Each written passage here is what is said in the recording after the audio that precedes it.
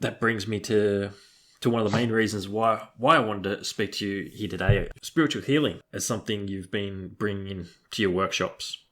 And I, as you know, work a lot with energy and find that extremely fascinating. So I wanted to be able to get you to share a lot more about that part of your life and your work. Yeah, sure, okay. So spiritual healing for me started back in 1978, where my mother was, she was getting involved with a local spiritualist church in D Street in Aberdeen. And the stories I was hearing were wonderful, but a bit scary, because all of this stuff was rubbish, wasn't it? So I thought I would be down there and sort these people out from driving my mother insane.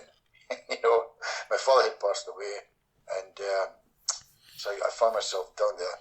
Interesting story, Lance, something I never even talked about, but my parents talked about years, long before I was born.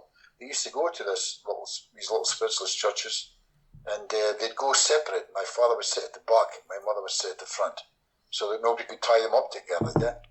Yeah. And they would get messages, like the medium would come to my mother and say, there's a light between you and that tall gentleman at the back in the corner, do you know him? My mother would go, no.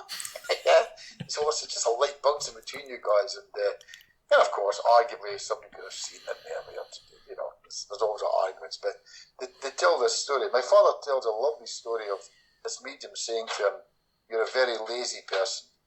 And my father thinking, what do you mean I'm lazy? What do you mean I'm lazy? And them saying, you're a wonderful healer, but you've got lazy hands. You refuse to put your hands on people.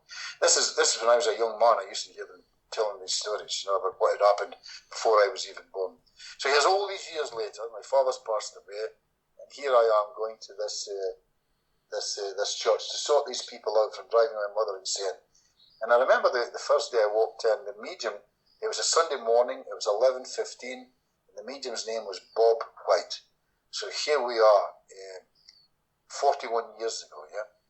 And the guy was wearing a kilt, and he was on a raised platform, not quite a stage, but he was on a raised platform, and we were all sitting down. Any minute now, you're going to get the picture I got back there at 11:15, that Sunday morning in 1978. And as he relaxed, he would kind of open his thighs just a little bit to relax more into the chair. And I remember sitting there thinking, oh shit, he's not wearing any underwear, and this is a spiritual place. And yeah, the guy was kind of like flashing eyes. It was ridiculous, and it was almost like that Emperor's New Clothes, yeah, like no one's talking,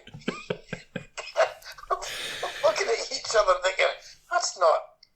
Look, it looks like meat and two veg, but surely not. It simply can't be. Anyway, the amazing thing was he stood up and he went into one of. They often do an address. Sometimes they'll do the address, just speaking, and sometimes they'll be into what's called overshadowing or in trance. This is the spiritualists of the United Kingdom, circa 1970s. Yeah? And he's in the and after that, I thought, God, this guy is an idiot. Yeah. And afterwards, after the opening prayer, he went in to do his demonstration. And the girl he picked was a girl sitting at the front, along from me with red hair. And his opening line was, he pointed to the girl and said, I have a young man standing next to me, and he wants to know why every Sunday morning you go down to the churchyard at the bottom of the hill, and you look into that hole in the ground thinking he's there, all mashed in some little bag, when he stands perfectly by your side. And the woman, she got highly emotional, but I could see it was tears of total, complete joy. And little did I know, of course, that she and I were about to become wonderful friends over the years. Yeah? We spoke at tea time, and she told me this incredible story. She came from the north of Scotland. She'd never been here before. Nobody knew she was coming. She walked in the door. She sat down. There's no way this man could know that she had this person she was well involved with, who was involved in such an accident, Lance, that there was nothing left of him. You had to shuffle him into a bag, literally. And that was always her thoughts every Sunday morning. She would go down to the kirkyard, some, 150 miles away from Aberdeen, I suppose, and she'd be thinking that he was just completely mashed inside this bag. And that was the opening line that Sunday morning. And I thought, shit, I need to find out how this guy, you that.